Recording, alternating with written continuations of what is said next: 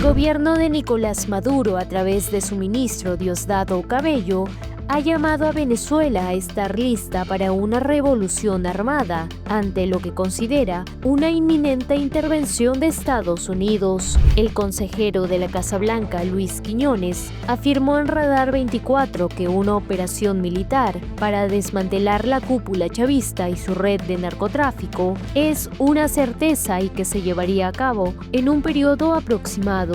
Las autoridades de Estados Unidos confirmaron la detención de Tyler Robinson, identificado como el principal sospechoso del asesinato del activista conservador y aliado del presidente Charlie Kirk. Según informó el gobernador de Utah, Spencer Cox, el tirador de 22 años fue identificado por las cámaras de seguridad y la posterior colaboración de familiares y amigos. Rusia reconoció que las negociaciones de paz con Ucrania se encuentran en pausa por ahora, aunque aseguró que los canales de comunicación permanecen abiertos. Se puede hablar de una pausa, aseguró el portavoz Dmitry Peskov. Pasar de una revolución pacífica a una revolución armada. Ese es el mensaje que ha empezado a difundir el chavismo al pueblo venezolano ante lo que considera una inminente intervención de Estados Unidos en su territorio. Es otro tipo de guerra y tenemos que pasar a esa fase y prepararnos para esa fase.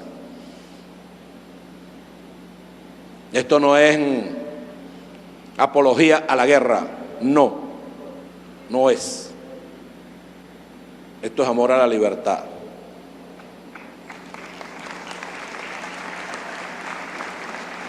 Tenemos que pasar de esa revolución pacífica a una revolución armada, a una lucha armada por la patria, por nuestra independencia, por nuestra soberanía contra el opresor.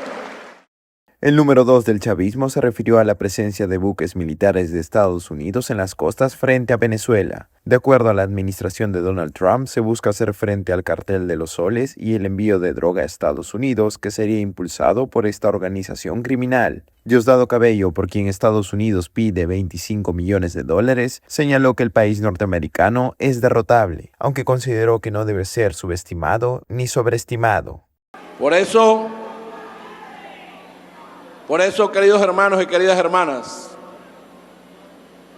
nosotros hemos venido avanzando.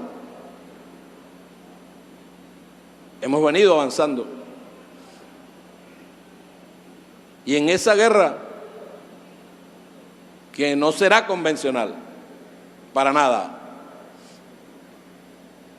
nosotros la vamos a hacer en todos los sitios, en todos los terrenos, en todos los frentes, y con lo que tengamos a mano. Verán los vendepatrias que están aquí qué van a hacer. Verán qué van a hacer. El funcionario del régimen aseguró que una eventual confrontación con Washington no se daría bajo esquemas tradicionales. En ese sentido, recordó la guerra de Estados Unidos en el sudeste asiático. Quien quiera recuerde a Vietnam, cuando un pueblo pequeño, pero con una voluntad férrea y unido, fue capaz de darle una soberana lección al imperialismo norteamericano, señaló. En otro pasaje de su intervención, Cabello aseguró que un eventual conflicto podría extenderse durante décadas. Si se meten con Venezuela, esa guerra no va a durar 2 días, ni 3, ni 4, ni 5. Serán 100 años de guerra, pero lo vamos a derrotar, afirmó. El dirigente oficialista sostuvo que el país debe prepararse para un escenario prolongado. Llamó a una resistencia activa prolongada porque Estados Unidos nunca va a estar preparado para una guerra prolongada, dijo. Y advirtió que en algún momento las tropas estadounidenses tendrían que enfrentar al pueblo venezolano directamente. Las declaraciones se producen mientras Estados Unidos mantiene un despliegue de 8 barcos militares con misiles y un submarino de propulsión nuclear en el Caribe, además del reciente envío de 10 aviones de combate F-35 a una base aérea en Puerto Rico. Washington sostiene que estas operaciones buscan reforzar la lucha contra el narcotráfico en la región. Te roban, te engañan, te humillan y ahora pretenden que tú salgas a defenderlos. A ellos solo les queda el miedo. Pero hoy ya no es ese miedo que sembraron en el pueblo, sino el que se ha apoderado de ellos. Esa angustia, esa desesperación que ya no pueden esconder, porque saben que las grietas se convirtieron en troneras. Tú lo sabes, tú lo ves, tú lo hueles. Ten confianza, todo va a estar bien. Esto se acabó. Tú no estás solo, ellos sí. El consejero de la Casa Blanca, Luis Quiñones, afirmó que una operación militar para desmantelar la cúpula chavista y su red de narcotráfico es una certeza y que se llevaría a cabo en un periodo corto. Días, no meses, no semanas. Estamos hablando de algo muy inminente. Ya tuvimos la semana pasada, mucha gente no lo sabe, pero ahora sí te lo puedo decir. Son los ejercicios, uno de ellos se llama Ejercicio Soldado Esmeralda, donde en la isla de San Croix llevamos a los Marines que andaban en los barcos, los 4.500, hicimos un simulacro de tomar el aeropuerto, qué rápido lo podíamos hacer. Quiñones declaró a Radar 24 que la operación será rápida y está diseñada para completarse en 48 horas. Añadió que se busca la participación de las Fuerzas Armadas venezolanas y advirtió que el mayor obstáculo es la Guardia Cubana que protege el régimen de Nicolás Maduro. Y lo que él tiene que hacer es que él se vea en el espejo y que sepa lo que le viene, que vea que él sabe muy bien que va a salir de una manera u otra. La pregunta es si él quiere pasar el resto de su vida en una isla tranquilo, tomándose una Cuba libre que no existe, o sinceramente va a ir a pasar el resto de su vida en prisión o 6 pies bajo tierra. Esas son las únicas salidas que él tiene. Y le pido, le ruego, le imploro por favor al pueblo venezolano, cuando vean que empiezan estas acciones, que es en sus casas. El consejero señaló que el plan no busca un enfrentamiento con el país, sino una acción directa contra la red criminal que, según él, se ha expandido por Latinoamérica. El tren de Aragua está haciendo matacinga. Ustedes no saben si sabrían los venezolanos, pero el grupo de esos se pasaron a Perú y están cometiendo atrocidades en México. Aquí en Estados Unidos estamos viendo muertes de estos criminales que traen de Venezuela clandestinamente escondidos. El excomandante de las Fuerzas Armadas reveló que se mantuvieron negociaciones con el círculo íntimo del régimen. Sin embargo, dicha propuesta fue rechazada. Respecto al paradero de Maduro, Quiñones aseguró que se monitorean sus movimientos con satélites, a pesar de sus intentos de evadir el rastreo. El consejero de la Casa Blanca enfatizó que las tropas de Estados Unidos se retirarían del territorio venezolano una vez que la misión haya concluido, sin planes de establecer bases permanentes. Maduro estaba diciendo que nosotros vamos a invadir Venezuela por petróleo. No nos interesa invadir Venezuela, por favor. Queremos sacar el cáncer que está ahí causando todos esos daños. Ellos nos enviaron, y aquí tengo yo todas las conversaciones, los papeles, las conversaciones y en escrito la oferta desde el Palacio Presidencial, donde nos dicen que ellos nos darían 3 millones de barriles diarios. La operación está en marcha y no se trata de una ocupación. Quiñones afirmó que las tropas estadounidenses se retirarán en cuanto el objetivo de capturar a los líderes criminales esté cumplido, dejando el futuro del país en manos de los venezolanos. El consejero reiteró que este es el momento para un cambio definitivo que devolverá a Venezuela a su camino de prosperidad.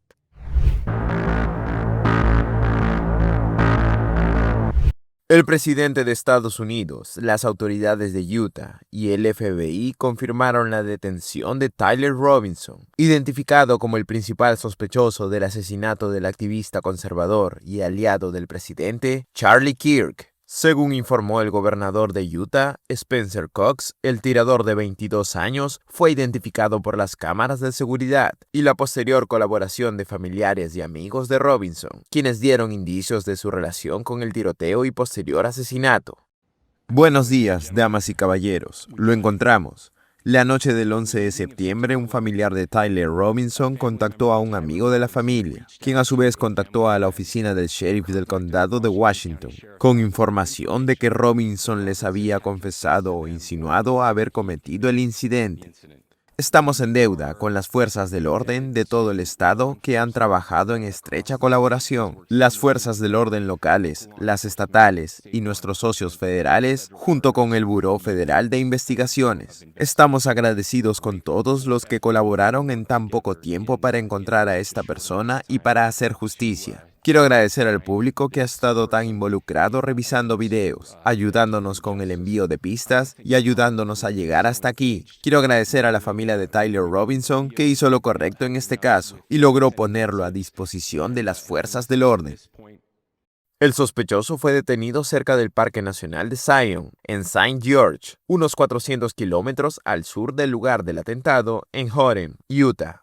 Robinson fue señalado por varios medios como un buen estudiante y se han compartido varias fotos con su familia, en ambiente universitario y con lo que parece ser una relación con las armas desde temprana edad. Horas antes de confirmar su identidad, el FBI compartió el video de una cámara de seguridad que muestra el escape de Tyler Robinson, luego de disparar y posteriormente asesinar a Charlie Kirk. Según relataron las autoridades de Utah, Robinson no era estudiante de la Universidad del Valle de Utah, donde Charlie Kirk fue asesinado a tiros. El gobernador Cox informó que las autoridades analizaron minuciosamente las imágenes de vigilancia de la Universidad del Valle de Utah y vieron al sospechoso llegar al campus el miércoles por la mañana en un Dodge Challenger. Vestía una camiseta marrón lisa, pantalones cortos claros y una gorra negra con el logo blanco y zapatos claros. Cuando los investigadores lo encontraron esta mañana, el sospechoso vestía ropa que coincidía con la que se ve en el video, afirmó el gobernador. Además, aseguraron que Robinson se había referido negativamente a la víctima antes del tiroteo. Según los familiares del detenido, en una cena, Robinson dijo que Kirk estaba lleno de odio y lo propagaba. Alguien cercano a él lo delató. Dijeron, wow, es interesante, teníamos muy buenas fotos, pero no excelentes, no perfectas. Y cuando lo ves, lo que pasó es alguien. Y pasa mucho. Pasó con el loco terrorista de Boston, pasó con otros. Alguien cercano reconoce incluso una pequeña inclinación de cabeza que nadie más haría. Y alguien muy cercano a él dijo, ese es él. Un compañero de cuarto de Robinson mostró a los investigadores mensajes en Discord, una aplicación de chat grupal, donde el sospechoso hablaba sobre recuperar un rifle. El contenido incluía mensajes afiliados al contacto Tyler, indicando la necesidad de recuperar un rifle de un punto de entrega, dejar el rifle en un arbusto, mensajes relacionados con la vigilancia visual del área donde se dejó el rifle, y un mensaje que se refería a haber dejado el rifle envuelto en una toalla, detalló Cox. De igual manera, ha confirmado que junto al arma presuntamente empleada, se habrían encontrado mensajes en balas donde se podría leer «Hola fascistas», «Atrápalo» o «Bella Ciao». El gobernador de Utah animó a los jóvenes seguidores de Charlie Kirk a resistir el impulso de arremeter violentamente tras su asesinato. Sin embargo, el mismo Cox, Tyler Robinson podría enfrentarse a la pena de muerte legal en esa parte del país. Trump se sumó este viernes en su entrevista en Fox News a esa esperanza de que el presunto asesino sea ajusticiado. El presidente de Estados Unidos, Donald Trump, eligió a Memphis como el centro de su nueva estrategia contra el crimen. Ante el aumento de la violencia, anunció el despliegue de más agentes federales y medidas más estrictas para reforzar el control de las calles. Creo quizás que seré el primero en decirlo, ahora mismo, que vamos a Memphis. Memphis está muy preocupada y el alcalde está contento. Es un alcalde demócrata.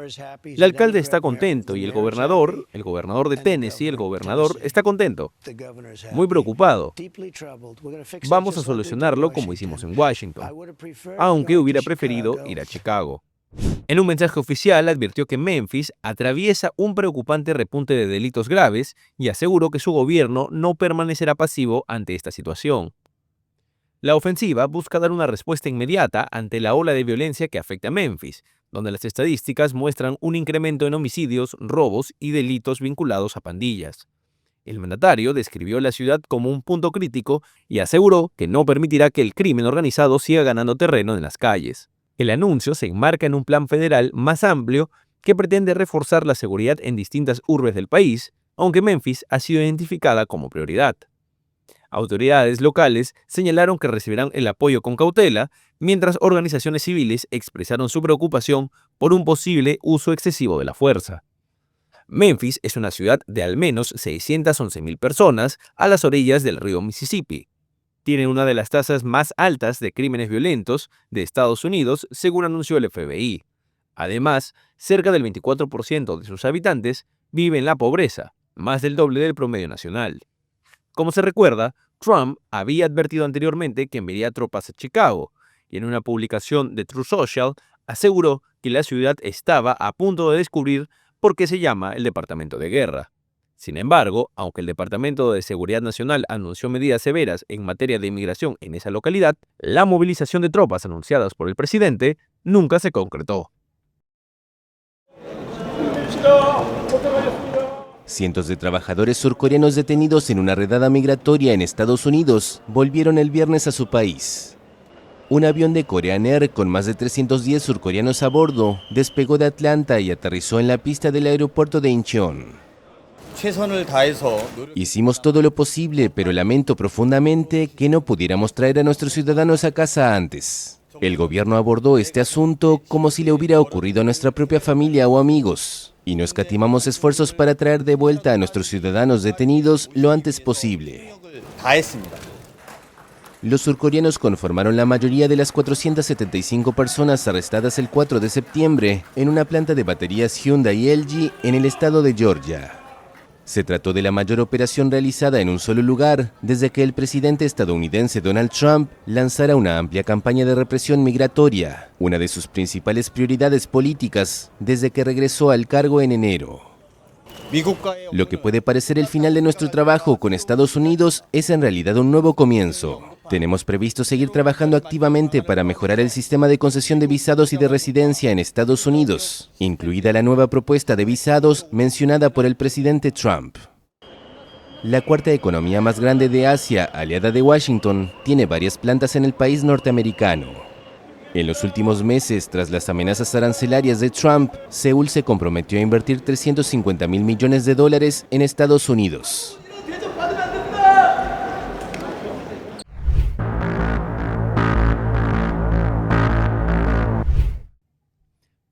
El primer ministro de Polonia, Donald Tusk, calificó ese viernes la incursión de drones rusos en su país como un ataque y afirmó que no fue un error. Pocas horas después de que su par estadounidense, Donald Trump, sugiriera que la violación del espacio aéreo podría haber sido accidental. Tusk lanzó un mensaje directo a sus socios de la OTAN y de la Unión Europea. Nuestra tarea hoy es la plena movilización de todos los miembros de la alianza y eliminar cualquier tentación de pensar de que esta no es nuestra guerra. Las palabras del primer ministro se interpretaron como un llamamiento tanto a Washington como al presidente Donald Trump, quien mantiene una posición ambigua frente al Kremlin, como a los países europeos más alejados del conflicto en el este, que no perciben esto como una amenaza urgente. Cualquiera que decida atacar el territorio o el espacio aéreo polaco, de cualquier manera debe esperar siempre una respuesta adecuada. Como se recuerda, los hechos ocurrieron la madrugada de este miércoles, cuando un enjambre de 19 drones entró en Polonia desde la dirección de Bielorrusia, aliada con Moscú. Algunos aparatos se adentraron más de 300 kilómetros en el país, lo que, según expertos, reduce la posibilidad de que se trate de un error de navegación.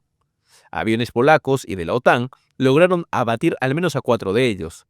La reacción de Varsovia fue inmediata. Cerraron el espacio aéreo en las franjas fronterizas durante 3 meses, activaron el artículo 4 de la alianza y solicitaron una reunión urgente del Consejo de Seguridad de la ONU. La respuesta internacional ha comenzado a materializarse. Francia para reforzar la vigilancia aérea sobre Polonia, mientras que Alemania anunció la ampliación de su misión de policía aérea.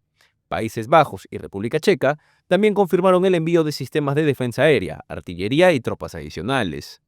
El presidente ucraniano Volodymyr Zelensky ha ofrecido cooperación técnica y un entrenamiento para los ejércitos aliados, destacando la experiencia de su país en neutralizar ataques de drones. Asimismo, confirmó su apoyo a la iniciativa de crear un escudo aéreo europeo que proteja a los socios de la OTAN y de la Unión Europea ante tácticas híbridas de Rusia.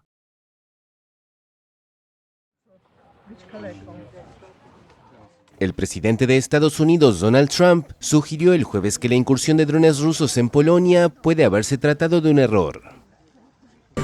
Podría haber sido un error, Pero independientemente de ello, no estoy contento con nada de lo relacionado con toda esa situación, pero espero que todo esto llegue a su fin. El primer ministro polaco, Donald Tusk, desestimó el viernes la hipótesis del mandatario estadounidense. En un mensaje en la red social X, dijo que a su gobierno le habría gustado que el ataque hubiese sido un error, pero no lo fue. Polonia denunció el miércoles la incursión de 19 drones rusos en su espacio aéreo, que no causaron heridos. Su ejército derribó al menos 3 de ellos con ayuda de la OTAN, que denunció un comportamiento temerario de Moscú. El Kremlin niega haber querido atacar objetivos en Polonia y afirma que Varsovia no tiene pruebas de que los drones fueran rusos. Rusia y su aliado clave, Bielorrusia, empezaron el viernes ejercicios militares conjuntos. Las autoridades bielorrusas indicaron que las actividades tienen lugar cerca de Borisov, al este de la capital, Minsk. El ejército ruso detalló que algunas acciones prácticas se realizarán en su país, en el mar de Barents y en el mar Báltico. Estas maniobras, llamadas Zapad, tienen lugar cada 4 años y se extenderán hasta el martes. Las de este año son las primeras desde el inicio del conflicto en Ucrania y coinciden con el avance de Moscú en su ofensiva en el país vecino, donde ha intensificado los bombardeos.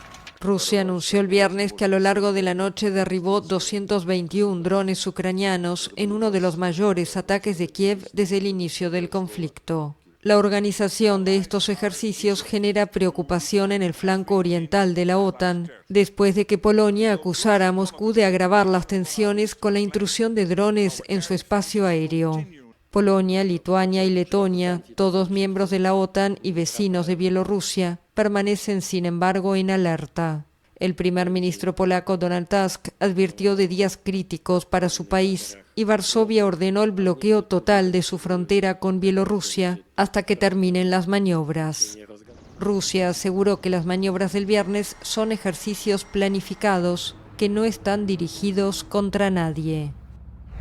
El Kremlin reconoció que las negociaciones de paz con Ucrania se encuentran en una pausa por ahora, aunque aseguró que los canales de comunicación permanecen abiertos. Se puede hablar de una pausa, aseguró el portavoz Dmitry Peskov. Peskov señaló que no es realista esperar resultados inmediatos y acusó a los países europeos de obstaculizar los avances. Según el funcionario, las posturas de Kiev y de sus aliados occidentales han dificultado un acercamiento, pese a los intentos de mediación internacional. La parte rusa mantiene su disposición a continuar el camino del diálogo pacífico y buscar vías para resolver la situación, pero el hecho de que los europeos están interfiriendo es algo cierto. En tanto, el presidente de Estados Unidos, Donald Trump, advirtió que su paciencia con Vladimir Putin se está agotando rápidamente debido a la falta de avances en las negociaciones de paz sobre Ucrania impulsadas por Washington. Las reacciones internacionales no se han hecho esperar. La Unión Europea respaldó los esfuerzos del presidente Donald Trump para alcanzar una paz justa y duradera en Ucrania, pero recalcó que esta solo será posible si se respetan la soberanía, la independencia y la integridad territorial del país. Los líderes europeos advirtieron que las fronteras internacionales no pueden modificarse por la fuerza e indicaron que las negociaciones significativas solo podrán avanzar en el marco de un alto el fuego o una reducción de las hostilidades, y recordaron que el pueblo ucraniano tiene derecho a decidir libremente su futuro. Rusia y Ucrania tuvieron 3 rondas de diálogo en Estambul este año, pero solo acordaron intercambios de prisioneros y cuerpos. Los temas de seguridad y soberanía siguen sin resolverse.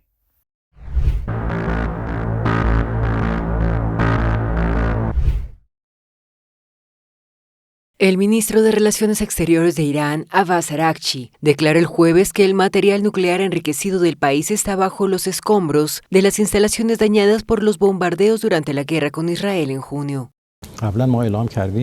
Habíamos anunciado previamente que si se iba a preparar un informe debía ser a través de la Organización de Energía Atómica, ya que todo nuestro material está, por así decirlo, bajo los escombros de las instalaciones bombardeadas. Las declaraciones se producen 2 días después de la firma en El Cairo de un acuerdo con el director del Organismo Internacional de Energía Atómica, Rafael Grossi, que establece un nuevo marco de cooperación. Araghchi insistió en que ese marco de cooperación prevé el acceso de inspectores de la OIEA únicamente tras la aprobación del Consejo Supremo de Seguridad Nacional. Si este material es accesible y en qué condición puede estar parte de él, es algo que la organización está evaluando actualmente. Una vez que se complete esta evaluación, la Organización de Energía Atómica presentará sus hallazgos al Consejo Supremo de Seguridad Nacional. Irán suspendió su cooperación con el organismo nuclear de la ONU tras una guerra de 12 días con Israel en junio. Lo acusó de no condenar los bombardeos israelíes y estadounidenses contra sus instalaciones nucleares. Antes de la guerra, Irán disponía de unas reservas estimadas de 400 kilos de uranio enriquecido al 60%, cuyo paradero sigue siendo desconocido desde los bombardeos. La nación persa niega las acusaciones de Estados Unidos a Israel, enemigo de Irán, de querer dotarse de la bomba atómica. Insiste en su derecho al uso de la energía nuclear para fines civiles. La Asamblea General de la ONU adoptó el viernes la Declaración de Nueva York, destinada a dar un nuevo impulso a la solución de dos estados para Israel y Palestina, pero que excluye inequívocamente la participación de Hamás. El texto, presentado por Francia y Arabia Saudita, fue adoptado por 142 votos a favor, 10 en contra, incluidos Israel y su aliado clave Estados Unidos, y 12 abstenciones. Israel critica desde hace casi 2 años a los organismos de las Naciones Unidas por su incapacidad para condenar el ataque de Hamás del 7 de octubre de 2023, que desencadenó la guerra en Gaza, pero la nueva declaración es clara. La Asamblea General condenó los ataques perpetrados el 7 de octubre por Hamás contra civiles y exigió que el movimiento islamista libere a todos los rehenes que siguen en su poder en Gaza. Y la declaración, respaldada por la Liga Árabe y firmada en julio por 17 países, sostiene que Hamás debe dejar de ejercer su autoridad sobre la Franja de Gaza y entregar sus armas a la autoridad palestina. El vicepresidente de la Autoridad Palestina, Hussein al-Sheikh, celebró la declaración al estimar que es un paso importante hacia el fin de la ocupación, pero Israel y Estados Unidos expresaron su rechazo. La votación precede una próxima cumbre de la ONU el 22 de septiembre en Nueva York. Varios países, entre los cuales Francia, que copresidirá la cumbre, han anunciado su intención de reconocer formalmente al Estado palestino durante la semana de la Asamblea General.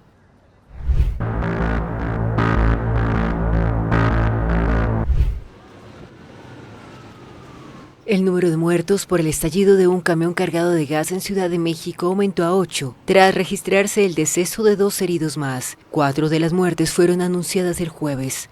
En total resultaron lesionadas 94 personas, de las cuales 22 se encuentran en estado crítico, incluido el chofer, y 6 en situación grave. Hay más de 60 hospitalizados de acuerdo con la alcaldesa capitalina Clara Brugada. La alcaldía local ofreció apoyos económicos para los heridos, pago de gastos funerarios y se comprometió a dar seguimiento a los sobrevivientes.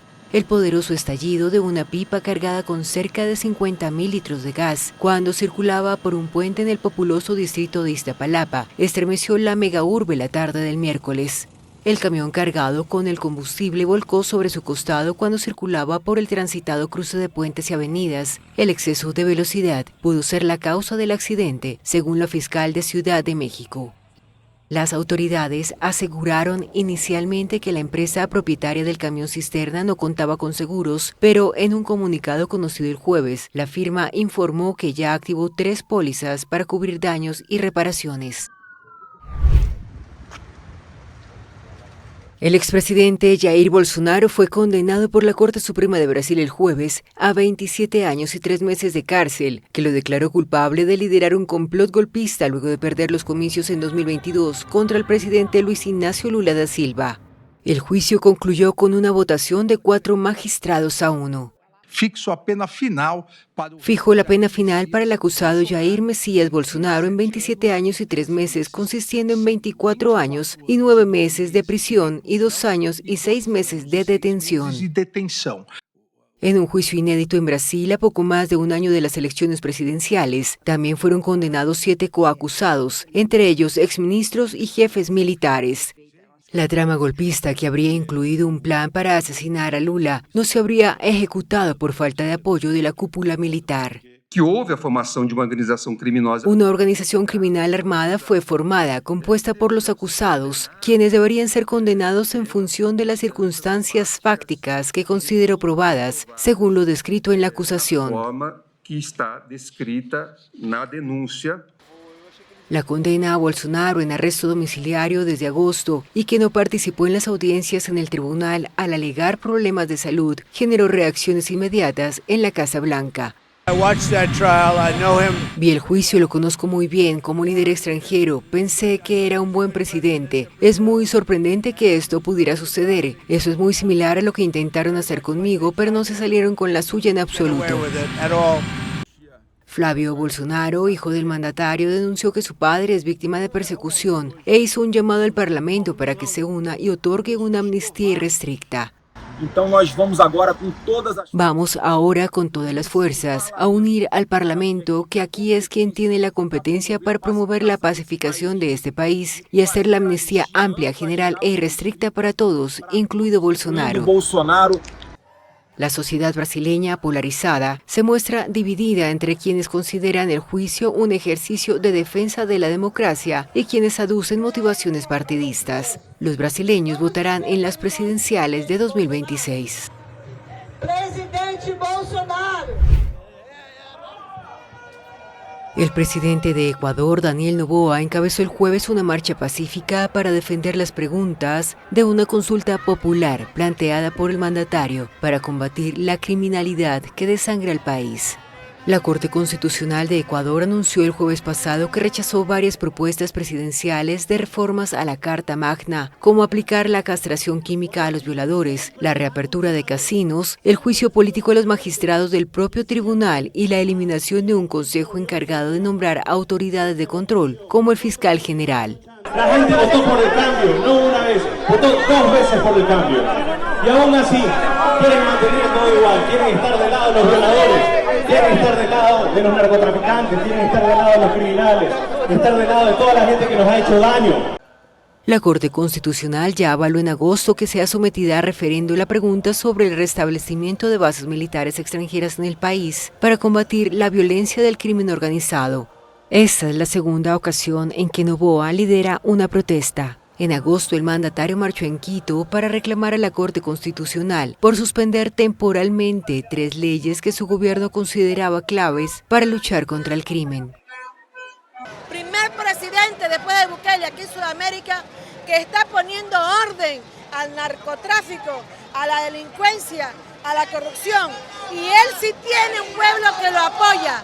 En el poder desde 2023, Noboa consiguió un año después, en una consulta popular, la aprobación de medidas como la extradición de connacionales y el incremento de penas para delitos como narcotráfico y terrorismo.